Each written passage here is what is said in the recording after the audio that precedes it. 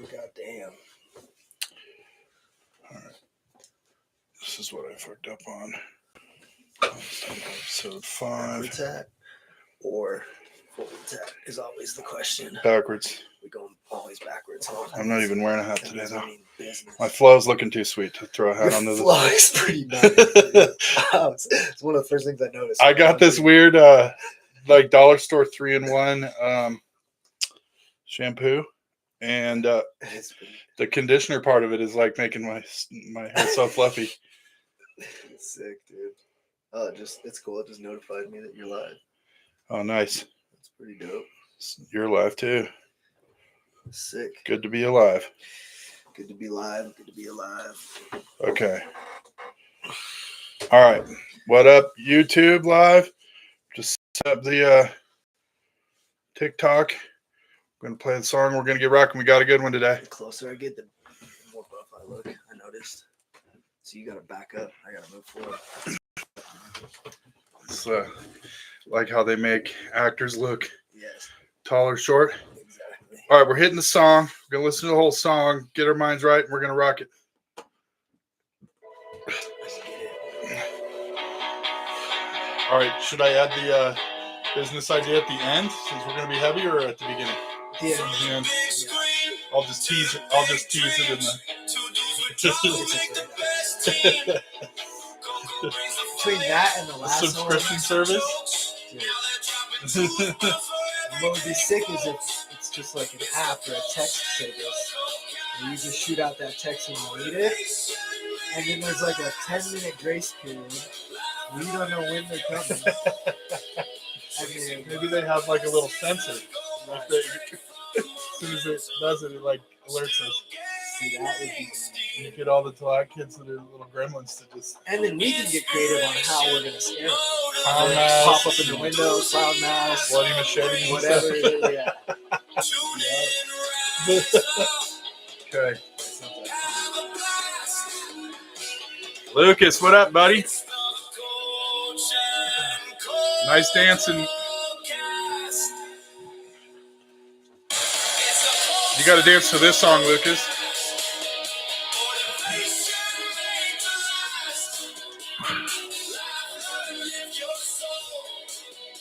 All right.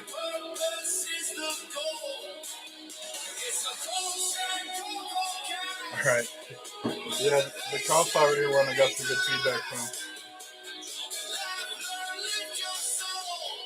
My dad says also like my dad also says like like being a doctor that like plastic surgeries to make you look beat up. I don't need that today. No, you don't. All right, what up, everybody? What up? Ryan the Champion T. Wallace with the co-host Chris Coco Kokoris. What's cracking? All right, we're gonna rock our weekly update. Get a little silly for a sec. Then we got a serious topic with another mass violence incident. We're gonna kind of pitch what we've been talking about and how it relates to that subject and how we can all do our part to prevent future ones. And we both got some good ideas and some good experience in that field. And then stay tuned for the end. I got another business idea that we need to get together. It's good. Okay, it's real good. All right, so Coco, I don't have a lot for this week, so let's hear your updates. Okay, so I, for one, just think it's kind of funny that we were talking about who would win in a street fight last week, and then I showed up like this. Yeah, so that sucks. You touched my leg too much. Yeah, I'm all busted up. But yeah, exactly. So weekly updates. So our program, Elevate Youth Tahoe, is kicking butt right now. We have a new MMA program that we're going to be unrolling here soon. It's going to be at LTCC, Lake Tahoe Community College. We have a lot of people that are interested in asking about that. It's going to be a lot of fun. We don't have dates yet. We're still working on that, but it'll be 2 days a week. It's going to be free. It's basically going to be free. You know, it's community service. We're just doing it to mainly, help the kids and people in need. It's going to be self-defense, obviously focused, but it'll be fun. Yeah, MMA program. I'm really psyched to get that rolling. It's been a long time coming. So I'll have more information on that probably next week, but stay tuned for that. Like you'll have how they can sign up and all that? Yeah, how they can sign up, exactly. And nice. It's going to be a lot of fun. I've been putting a lot of work into it, and, it's going to be kick-ass. So stay tuned for that. We also have the LTCC event going on October 10th. There's going to be a lowrider show. We're going to be doing an MMA demonstration.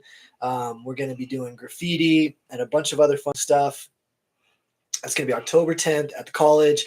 And it's going to be all the main programs in town are going to be working together. CASA, Youth on the Margins, us, and Compass. And we're just going to kind of start the year off strong for the kids, the school year, by doing a bunch of dope, fun stuff. So keep your eyes and ears out for that October 10th, or just pull up.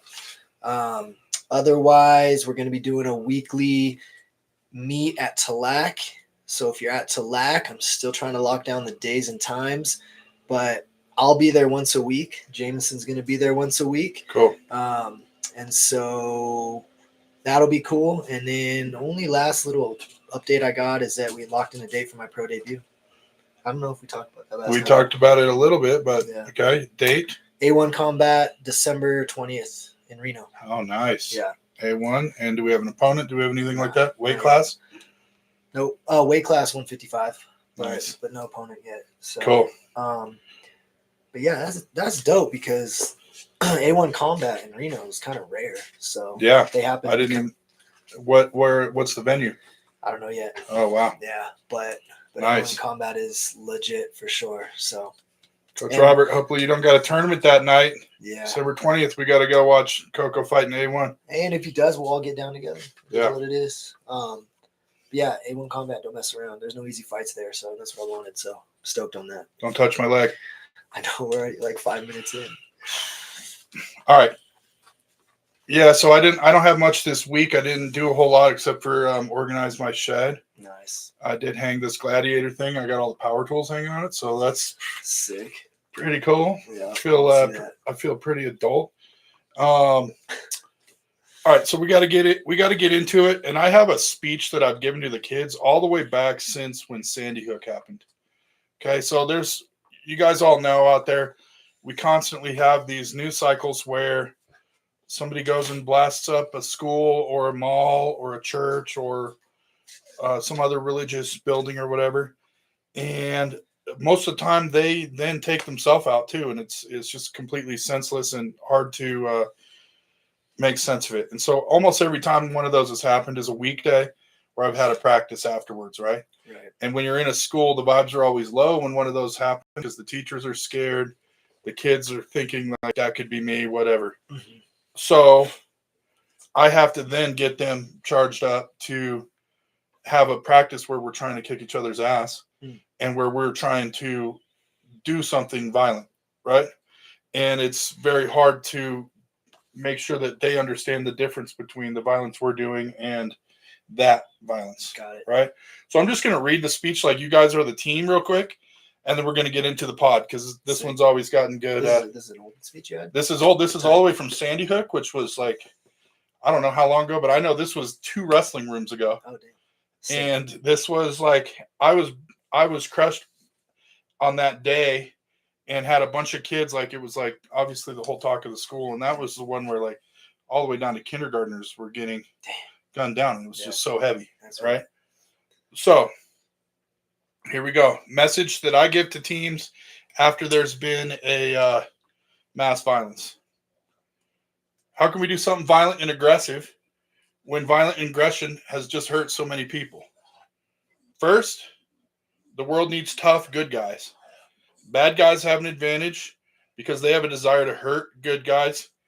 But good guys can steal that advantage by training hard, develop skills that they can use with a desire to protect. Also, the people who do school shootings or commit senseless crimes are always people who feel that no one has ever stood up for them and that the world deserves pain for how it has treated them. A lot of times it is because they were bullied, So it's the role of people like us to stand up for the bullied and to welcome people who don't feel welcomed. The training we do and the positive thinking we do is what gives us the confidence to fill that need for our community. Finally, we owe it to those who had their lives taken to make the most of our opportunity to continue living. That means pursuing our personal goals with energy and enthusiasm and developing goals that benefit those around us. So today, tomorrow, every day, let's focus on working hard towards our goals so that we can be the tough, good guys the world needs. Men and women who stand up for what is right, who understand and appreciate how lucky we are, and who do not waste our gifts and opportunities. Sick. And then we clap. Yeah, that's legit. Right? So, Love it. so to get into the thing, I don't know if you guys know the one in Minnesota. It was brutal. It was in a school, and it was a person who he was like trans, and they had all these messages of like things that things basically like, where's your God now, and who's protecting you now, and all this stuff. And it was against a Catholic school that he had attended.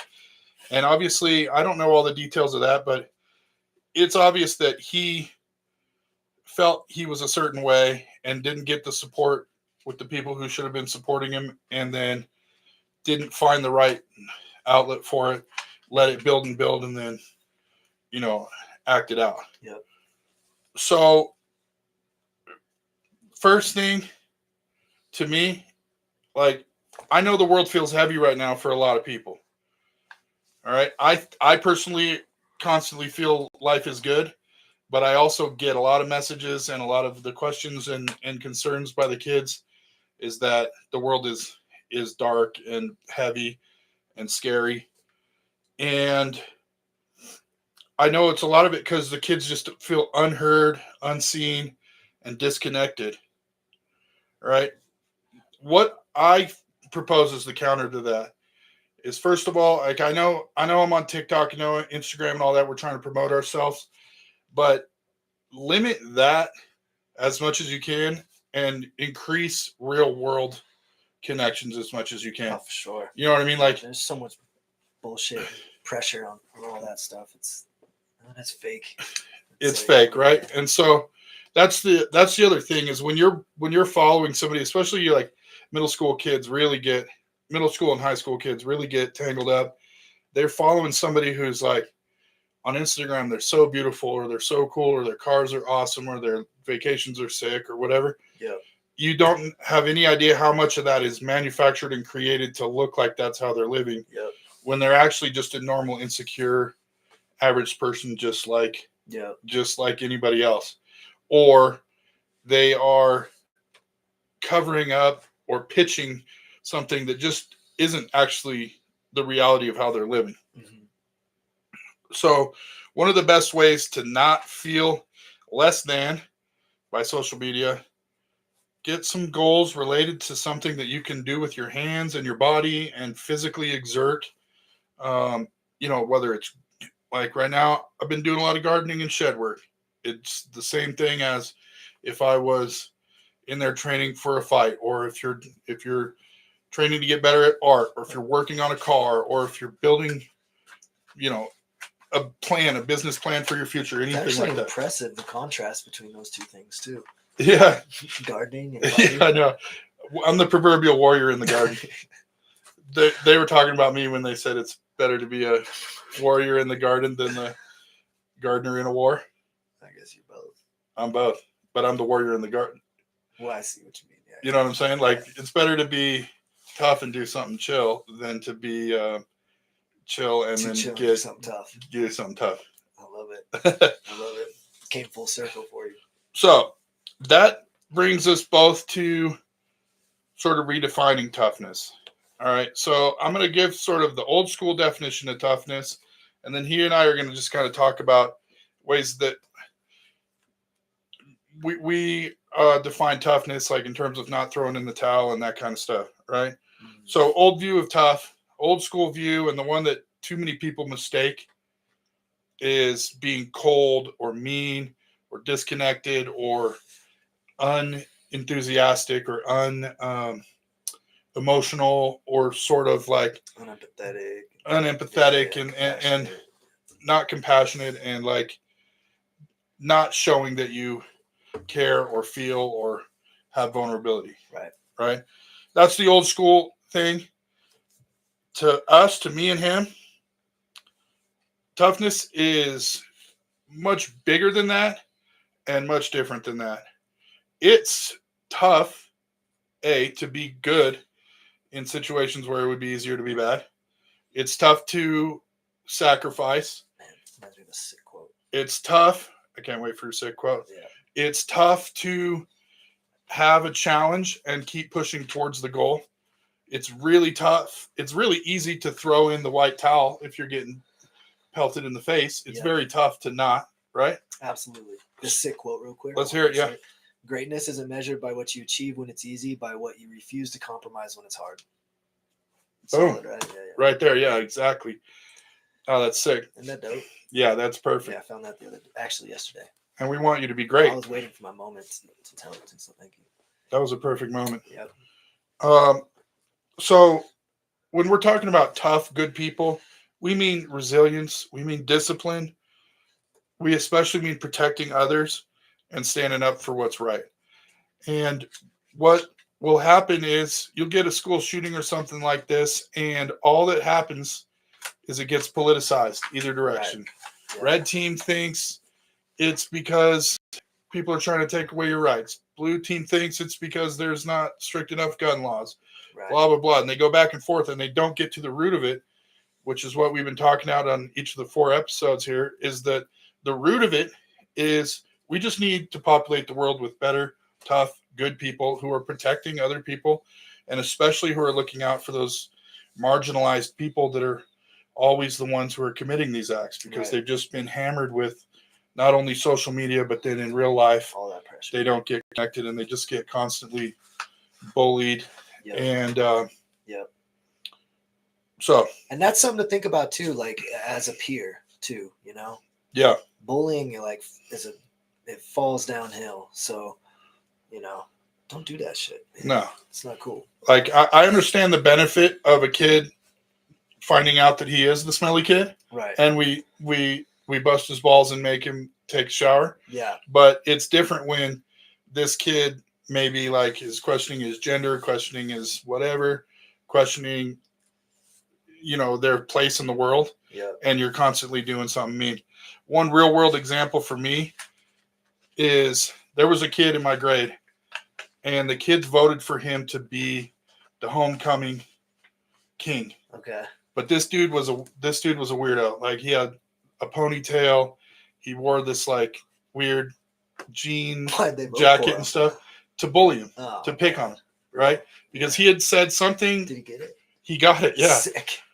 Yeah. Well, it was cool. It ended up being cool. But when he was like walking out there to be the, to like get the announcement at the assembly, this kid grabbed his ponytail and pulled him backwards to the ground.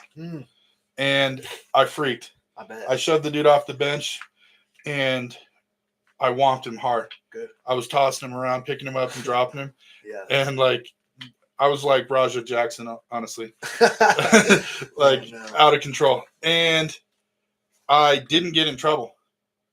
I got in a tiny bit of trouble, but I learned something like very important right there, that like society understands that in defense of someone else, maybe that's not the way to and you know what? Oftentimes it flips. The kid who got bullied becomes totally successful later in his life, and sometimes the super popular kid doesn't.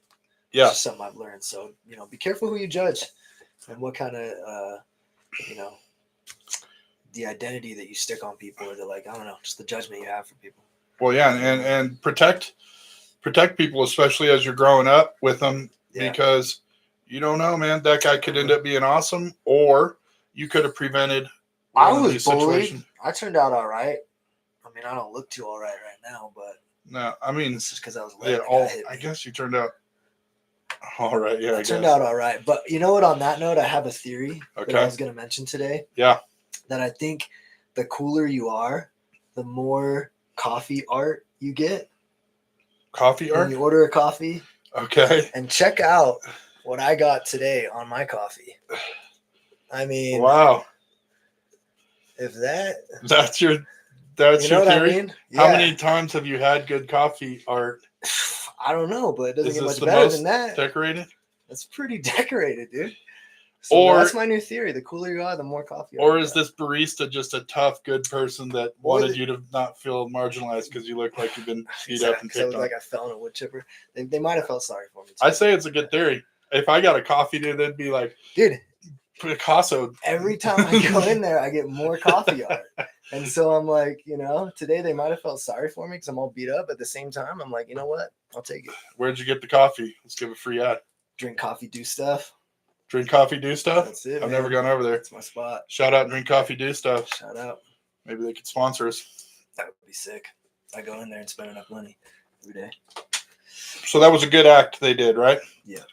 It bleeding out of what we just said into goodness is not weakness, right? A lot of people kind of get that mixed up. Like I said, they think being tough is being cold and disconnected.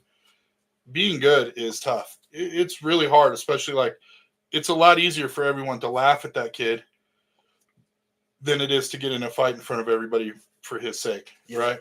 It's a lot easier to like, I could have spent a lot of the time and energy I've spent coaching, out partying or chilling or doing whatever. Yeah. It's tough to work all day, train for yourself, and get in there and coach for 2 hours. Some of those days it's like it's hard to strap up and get in there and care about those guys and give energy for 2+ hours, right? And then deal with their parents and then deal with their paperwork and then deal with their weigh-ins and all of that stuff, right? Yeah. So it is not a sign of weakness to be good. It's actually a very good indicator of how strong you actually are, is how good you can be. 1,000%, especially when you're young and everybody's so vulnerable. It kind of ties into last week what we were talking about, especially with like the social media era and like how cowardly it is to be that guy who's like trying to prey on people or like, pick on people or beat people up for no reason rather than being the one that sticks up for people. I mean, if you're in a position to be tough, stick up for people, especially when you're in school and stuff. Like, honestly, that's what I did. And I didn't do too bad in school. I mean, I got in trouble a lot for fighting, but they still liked me. Do you have any loyal friends? They graduated me. I had a lot of loyal friends, and now I'm back working for the school system. So, I mean, I'm not saying fight, but if you're gonna be aggressive towards good and helping people and sticking up for people that need it. Right, something positive. Yep. And so that also ties into last week is we could have let both you and I had challenges right at the end of high school age and right after, your mom passing away, I got cancer, both of those things. We could have let the bitterness eat us away. And once we regained our health or our status, we could have gone on a rampage against the world. Yeah. But instead, both of us used it as a fuel to do something positive in honor of your mom and me in honor of my second chance. Yep. In honor of each of my 5 toes, right? All the little piggies that can't go to the market anymore. I gotta go rock for them, Yeah. Rock for those 5 piggies you lost. Yeah. Especially the one that goes wee, wee, wee. Poor guy. Man, he's got no home to go to. All right. So we're going to get into sort of a subject of those people that commit those crimes are underdogs gone wrong. Cool. Right? So I want you to just sort of fill us in on why you think it's a privilege and what's the advantage of being an underdog and sort of define underdog in those terms. Yeah, I mean, I just think it's super powerful. Like I've always, and it is a matter of perspective, but I've always been an underdog. I feel like, I mean, I didn't come from perfect circumstances. I was never naturally gifted in fighting.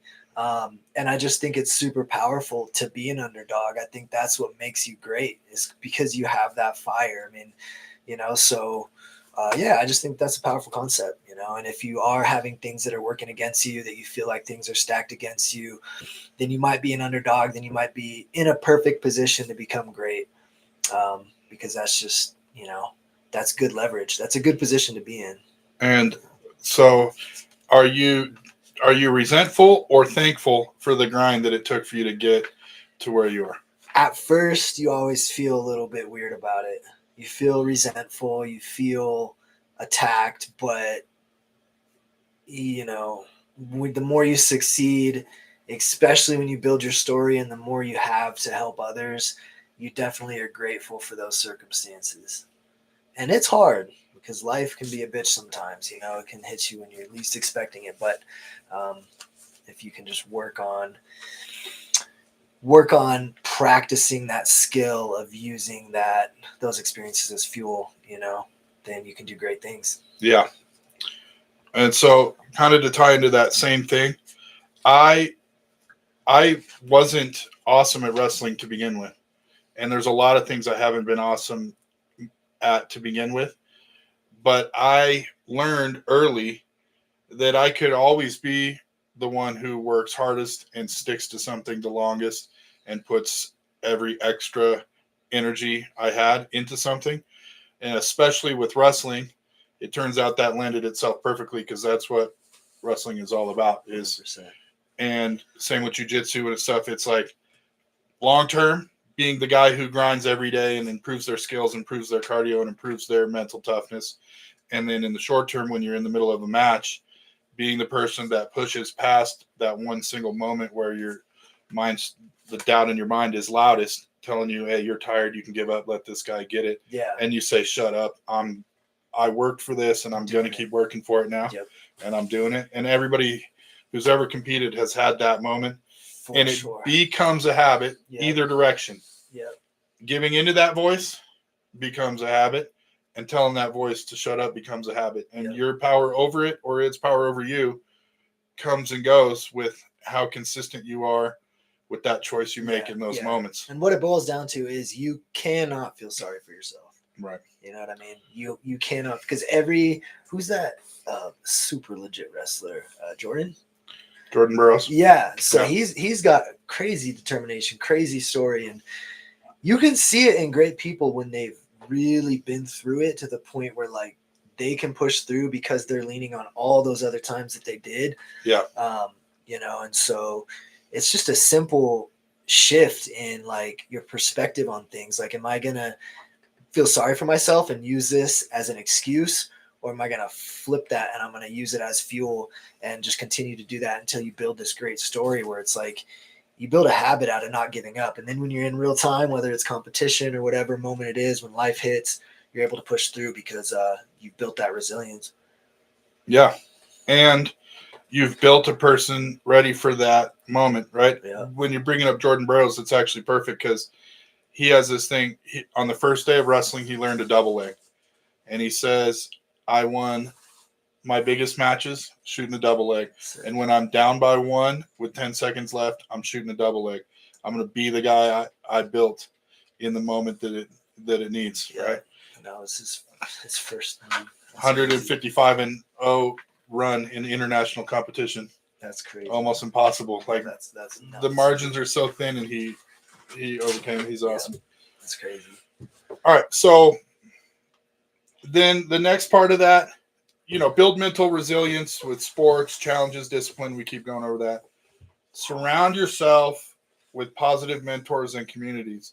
This is the other reason why these events are happening, is because you always find out this guy was alone, felt alone in the world, isolated themselves, and was either by their perception or whatever, felt that there was no one in the world worth sticking around for. So they go in and they make a big statement, lash out, and then they take themselves out, right? Yeah. I'm not saying out there you got the potential to be a mass violence person, but understanding the root of that. Understand the root of that is loneliness and isolation. We're social. We are social people. We're social animals. And get yourself in with positive mentors and positive groups. There's so many options. Yeah. We're going to keep hammering that every episode probably because it's so important. And that's what we're here for too, is we want to give you guys that outlet. Yeah. And all of our stuff comes from real lived experience. So that's why you can trust us, because we've been through it, really been through it. And that's why we understand where you're at, and we're down to help. And then for young people, just speak up when you see isolation or bullying, or or just reach out a hand. You don't have any idea. The story I shared earlier about getting in a fight for that kid now, one awesome thing is I saw him one time at Radio Shack when Radio Shack was still a thing, and he told me he knows how to make blue fire. And we had like one of the best times I've ever had. We went to his trailer and he blasted these awesome blue and green fireballs. Sick. With these chemicals. It was one of the most fun times I've ever had in my life, and I would have never seen those blue fireballs if. Rad. Yeah. So I mean, if you see isolation, if you feel like somebody is being pushed away or down, reach your hand out, pull them back in, pull them back up. Yeah, be that guy or Yeah. girl. It's the right thing to do. So for young people, build mental resilience through sports and goals and all of that. Surround yourself with positive mentors. And speak up when you see isolation. And then for adults, for leaders, you just got to model strength and compassion. Yep. I can't tell you how many times there's been a kid that I can't stand that I've been kind to. You know what I mean? For sure. Yeah. Yeah, some of the most annoying seventh graders. You took the words out of my mouth. Some of the most annoying people are fighting the most savage battles. So be empathetic, man. Don't get so frustrated about people. Like wherever you go, like just try and think about it like that person who might be annoying you, it might be because they're really dealing with some shit that you don't know about. And you might be the only one that's being nice to them. So just think about that. And I can't necessarily empathize with someone who's annoying and not cool and not likable, but I can sympathize with it because I guess I've been left out of something before. I don't know.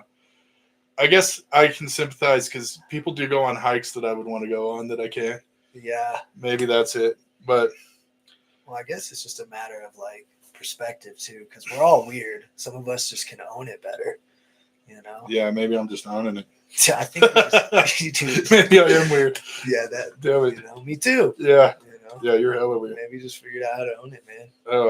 Yeah, so okay. New one. Own it. Yeah. So adults model strength and compassion. Show kids what it looks like to handle anger without violence. Right? We can always make a choice. I mean, you're probably not a good example of that right now with your black eye.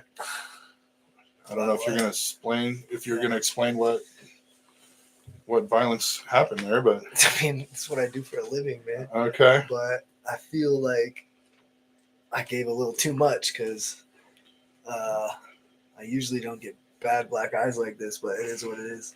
You're trying to empathize with Mojito. Yeah, exactly. Me and Mojito are in the same boat. You guys are the same. Yep. I ran into a fist, and it happens sometimes. And was the fist just stationary and you just charged it, or? Pretty much. Okay. All right. So, and then invest in relationships, teamwork, family. If you have faith, community, right? Invest in those things and grow those things and make sure that those places become a more welcoming thing for people in your society. And I just want to reinforce, we can't stop every act of hate overnight, but we can build a culture where love and strength leave no room for like that extreme hate to take place. You know what I mean? It's like weeds in the garden. If you grow enough good plants and you tend it, there's nowhere for those bad plants to grow. Right? Yeah, we need that right now. Yeah. Like the social media, era, everything is going on. And you can need more good people and good people standing up for good shit. Yeah. Right. Yeah. All right. So a little bit of a call to action. Why do you think a young person right now should take advantage of this message and this opportunity? Just in general? Yeah, like you were saying earlier to me about how time matters and the point that they're at matters. I mean, I think just because, simply speaking, you're going to be going through things your entire life, unfortunately, and it's going to change as you become an adult. You start losing people, and then you got bills, and adulting happens. When you're young, it's relationships and school and family drama. But if I could go back to when I was younger, I would have just spent so much more time like going in on myself and my dreams and my passions, um, and not wasted so much time, and would have probably been a lot further ahead in life come now, or even like late 20s. And so now like I'm all in, but if I could rewind, I would have definitely for sure been that kid that was like deathly devoted to his dreams, went their own route, you know. And yeah, I just think that that's super powerful if you can be that guy, that kid. So, you know, just something to think about, because I think time wasted when you're young is like really valuable time, so you don't want to waste. Perfect. Yeah. So, in other words, choose to be the tough, good person, the one who lifts others up, protects them, and especially leads by example. 100%. All right. And like, think about being different. Like, what is being a real rebel or disruptor? Is it conforming to like trying to be the cool kid at the party, or being on drugs, or being lazy? Or is it actually like doing dope shit with your life and, you know, building podcasts and building brands and building your social media? That for me is the most rebellious act you can have, is like doing really cool shit with your life when you're young. And that's a sign of toughness, is being able to dedicate yourself to your belief in yourself. Yep, and be different. Yeah. Yep. And then I also want to add something I want to keep adding. Small acts matter. Every topic that we've gone over in the first 5 episodes, it's easy to think that it's just like you take the paintbrush and broad stroke and you changed the entire wall. It's not about that. It's about each stroke. Each time you're putting a layer down, filling out the whole picture, right? And a small act leads to another small act, leads to another small act. That's what completes the picture. And don't underestimate the power of a small act in the right direction, and then compounding that small act in the right direction 100%. with another one, Yep. and another one, and another one. And don't think that it has to happen overnight, that it will happen overnight, or that it can happen instantly, or that a backslide is the end of the world. Okay. Yep. Even somebody as dope as you can think of, who's doing the most awesome stuff, you know, Goggins or any of those guys, have had backslides. They've had weak mental moments. They've had negative thoughts conquer their next action, right? I know a couple guys. Yeah. Do you? Us. I was trying to get out. Oh, you were trying to say us. Yeah. Come on, dude. I know, but I didn't want to admit that I've never backslid to them. Oh, yeah. Because I'm trying to make the point that anyone has backslid. Oh, yeah, it's too compromising. Yeah, no, I've backslid a few times. Yeah, me too. I've slid way back a couple times. Yep. Smile, check in on your friends, be awesome. The world doesn't just need tough people. It doesn't just need good people. It needs tough, good people, resilient, ready to take action people.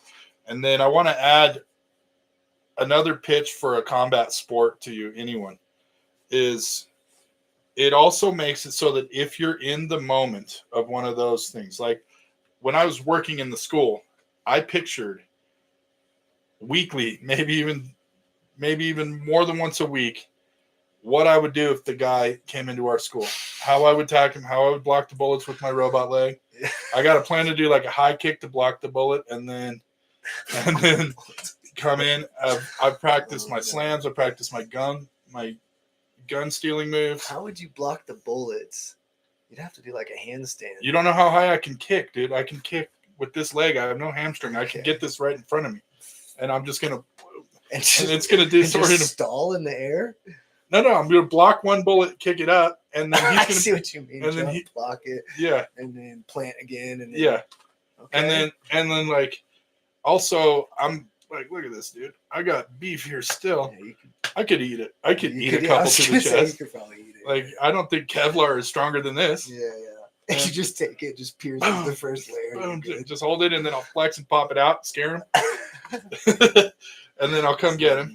I've had a lot of moments, but the point is, what I know for a fact is that in that moment, I would be calm and ready to act because of how many times I've put myself in a very stressful, adrenaline-filled situation and been able to think.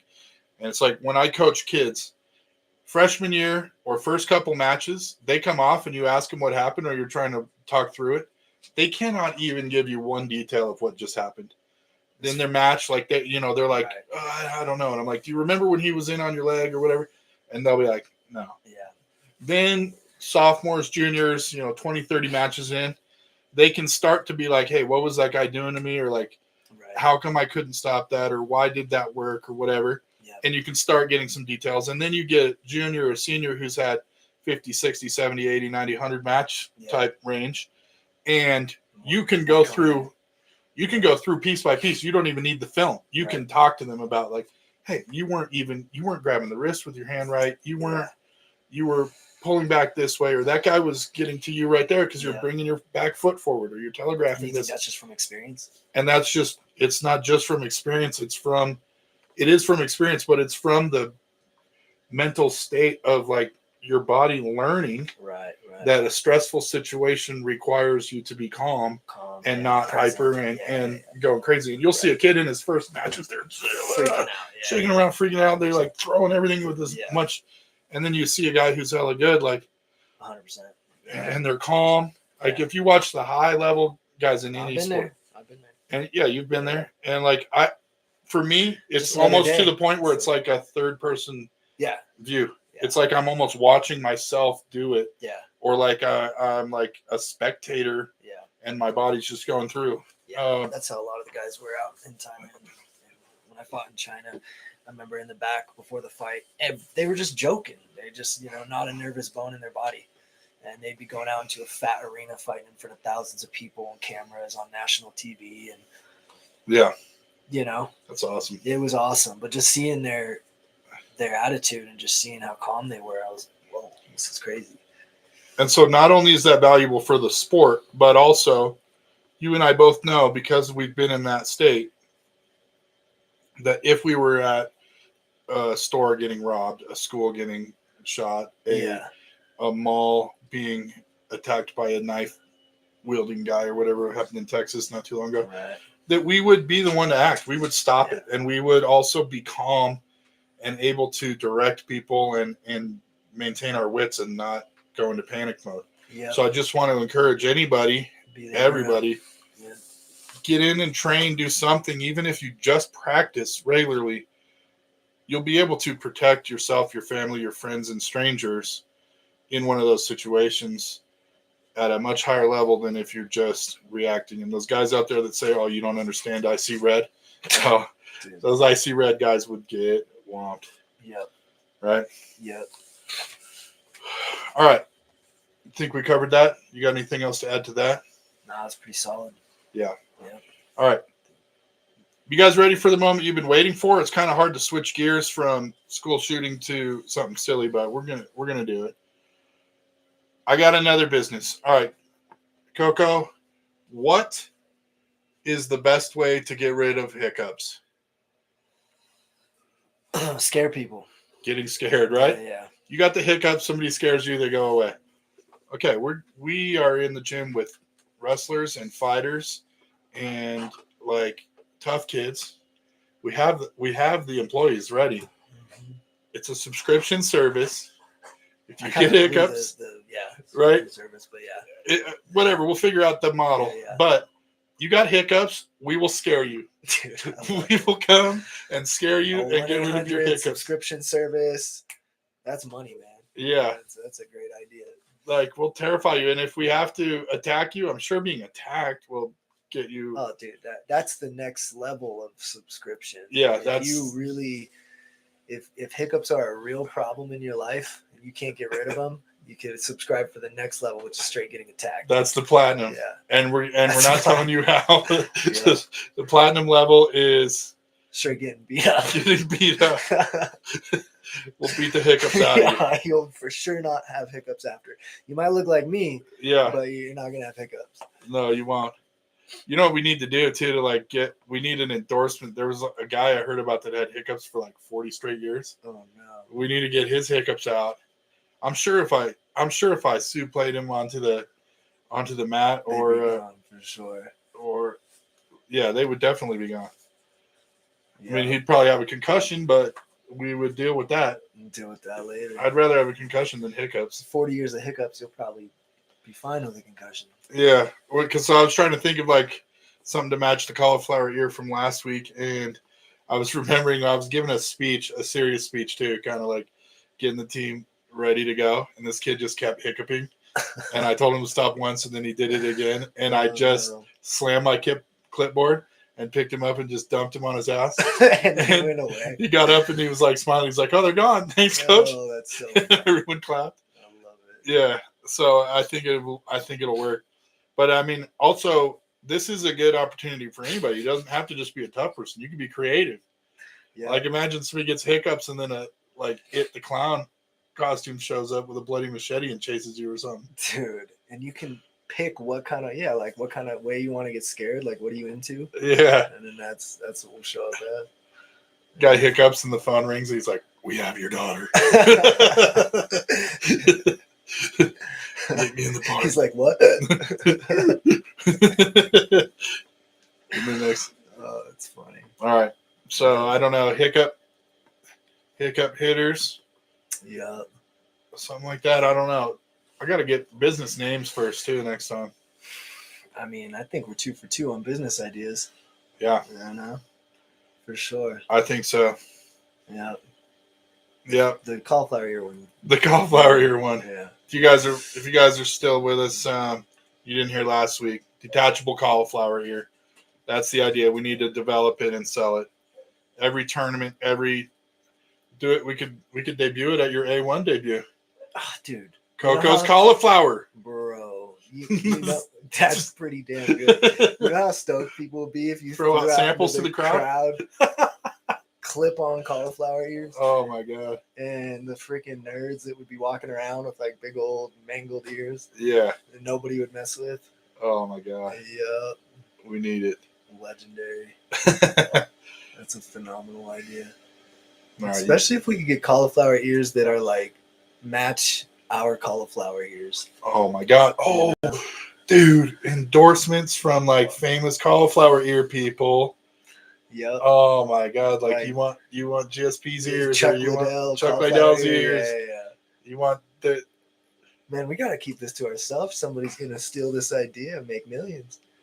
I know, but like I honestly like almost rather somebody like take the idea and make millions, and then we have this evidence, and we can just be like, exactly. "Oh, that was our idea, and it was safe." Yeah.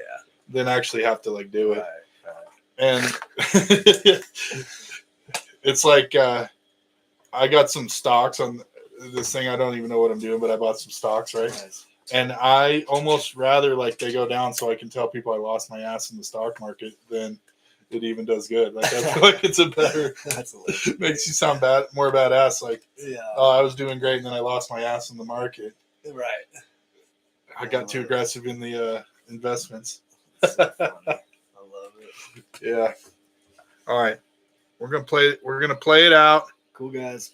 Cool. Appreciate you. See you next time. Actually, we're not gonna play it out because I closed the song.